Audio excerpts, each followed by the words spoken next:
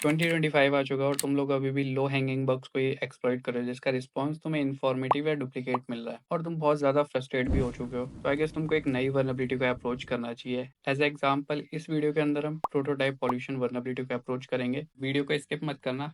Let's move to the next part.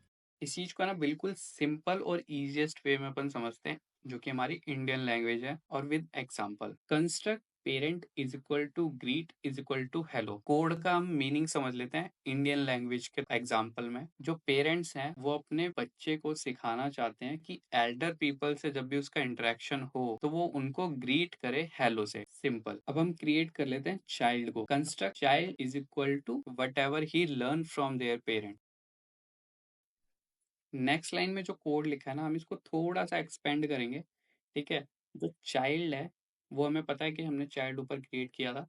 Parents का हमें पता है कि उसने अपने बच्चों को क्या सिखाना है कि एल्डर पीपल्स को ग्रीट करना है हेलो से। अब जो यहाँ पे प्रोटो है, प्रोटो का क्या मतलब है? प्रोटो को हम एज ए एग्जाम्पल कि जो पेरेंट्स की जो पहले की जो रूट्स है ना उसको ये ले लेते हैं कि प्रोटो जो है वो पेरेंट्स की रूट है। पेरेंट्स ने अपनी रूट से सीखा कि एल्डर पीपल्स को ग्रीट करना है हेलो से और वही रूट आगे चलेगी जो कि पेरेंट्स सिखाएंगे अपने बच्चों को। सिंपल। चाइल्ड ने पेरेंट्स की रूट से क्या सीखा कि एल्डर पीपल्स को ग्रीट करना है, जो कि आप स्क्रीन के ऊपर देख सकते हो कि वहाँ पे जो नेम आ रहा है, जो वहाँ पे ऑब्जेक्ट क्रिएट हुआ है वो ग्रीट हुआ है। सिंपल। अब जो नेक्स्ट लाइन के अंदर कोड है इसको भी हम थोड़ा सा एक्सटेंड कर लेते हैं समझने के लिए।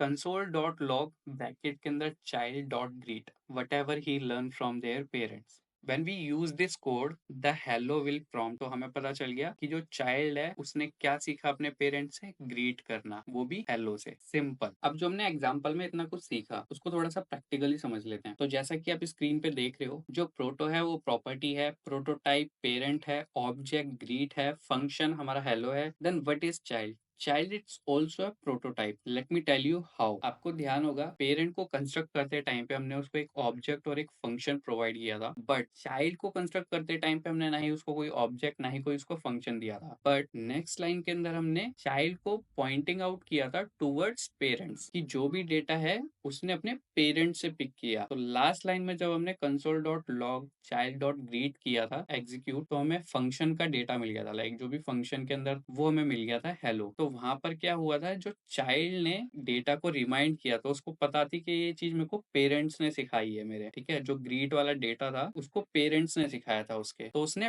पेरेंट्स के डेटा में से उसको पिक करके हमें फंक्शन का डेटा प्रोवाइड किया। अब हम मूव करते हैं एक्सप्लॉइटेशन पे कि कैसे हम इस चीज को मैनिपुलेट और एक्सप्लॉइट कर सकते हैं। अब आप इन दोनों कोड्स को देखो। इन दोनों कोड्स के अंदर एक सिमिलैरिटी है। जब भी इनका फंक्शन कॉल होगा तो जो एग्जीक्यूशन की वैल्यू होगी वो 1 होगी। तो आपको ध्यान रखना है कि जो भी वैल्यू आप फंक्शन के अंदर डालोगे उसका कोरस्पॉन्ड डेटा आपको प्रोवाइड होगा, just like document dot cookie, document dot domain.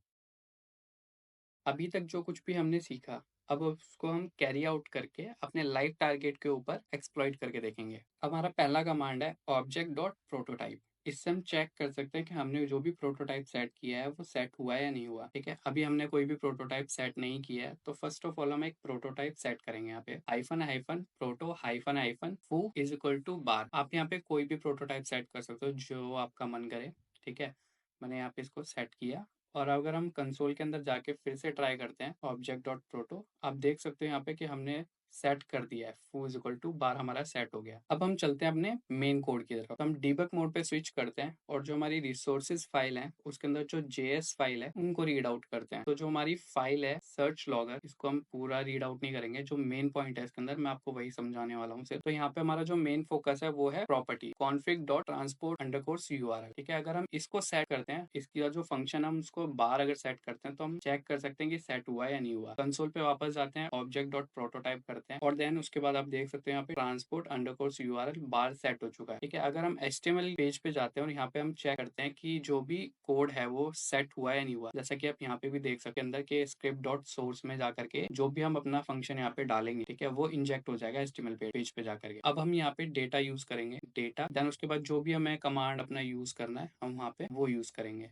अब जैसे मैं यहाँ पे अलर्ट कर रहा हूँ तो यहाँ पे आप देख सकते हो कि अलर्ट 1 पॉपअप आ गया है हमें और यहाँ पे भी आप चेक कर सकते हो कि स्क्रिप्ट के साथ जो टैग हैं, एलिमेंट्स जो टैग है हमारे, उनके साथ ये डेटा पूरा इंजेक्ट हो गया। अगर हम यहाँ पे चेंज करते हैं जो भी हमें इंजेक्ट करना है, जैसे डॉक्यूमेंट डॉट कुकी, ठीक है, तो आप देख सकते हो वेबसाइट पे भी कोई कुकी नहीं है, तो हमें कोई कुकी रिफ्लेक्ट आउट नहीं होगी, ठीक है। बट इसकी जगह अगर हम डोमेन को एक्सप्लॉइट करते हैं, यहाँ पे देख सकते हो जो भी हमारा करंट वर्किंग डोमेन है वो यहाँ पे रिफ्लेक्ट आउट हो गया। अब हम फिर से चलते हैं कंसोल के ऊपर। कंसोल में जाकर के अगर हम फिर से ऑब्जेक्ट डॉट प्रोटोटाइप चेक करेंगे तो आप देख सकते हो यहाँ पे जो ट्रांसपोर्ट यूआरएल जो हमारा ऑब्जेक्ट था उसके अंदर जो वैल्यू सेट करी है हमने, वहाँ पे रिफ्लेक्ट आउट हो रही है। अब अगर हम सिर्फ कंसोल के अंदर इसको एग्जीक्यूट करके देखें तो यहाँ पे हम चेक करेंगे कंसोल डॉट लॉग ब्रैकेट्स के अंदर ट्रांसपोर्ट। अब जो ध्यान रहेगा, आपको ये मिस्टेक मत करना है कि आप यहाँ पे ट्रांसपोर्ट अंडरकोर्स यूआरएल के साथ भी ब्रैकेट्स यूज करो, ये मत करना, बिकॉज यहाँ पे जो हमने फंक्शन सेट किया है वो सिर्फ अकेला ट्रांसपोर्ट है, ठीक है। हमने उसकी कोई भी लाइक सब प्रॉपर्टी क्रिएट नहीं करी जैसे हमने पेरेंट्स के साथ किया था, ठीक है। ऐसा हमने कुछ भी नहीं किया, तो यहाँ से हम ब्रैकेट हटा देंगे, उसके बाद सिर्फ हम इसको एक ब्रैकेट लगा के एग्जीक्यूट करेंगे। तो आप जैसा कि देख सकते हो हमें वैल्यू यहाँ पे आ गई है, तो जो भी हमारा फंक्शन था वो हमें मिल गया। बहुत सारे लोगों को एक कंफ्यूजन होगी कि हमने यहाँ पे डेटा कॉलन क्यों यूज किया है, तो मैं आपको बता देता हूँ। जो डेटा कॉलन है ये एक टाइप का वैलिड यूआरआई स्कीम या स्कीमा, जैसे भी आप प्रोनाउंस करना चाहो, प्रोटोकॉल है जो कि हमें अलाउ करता है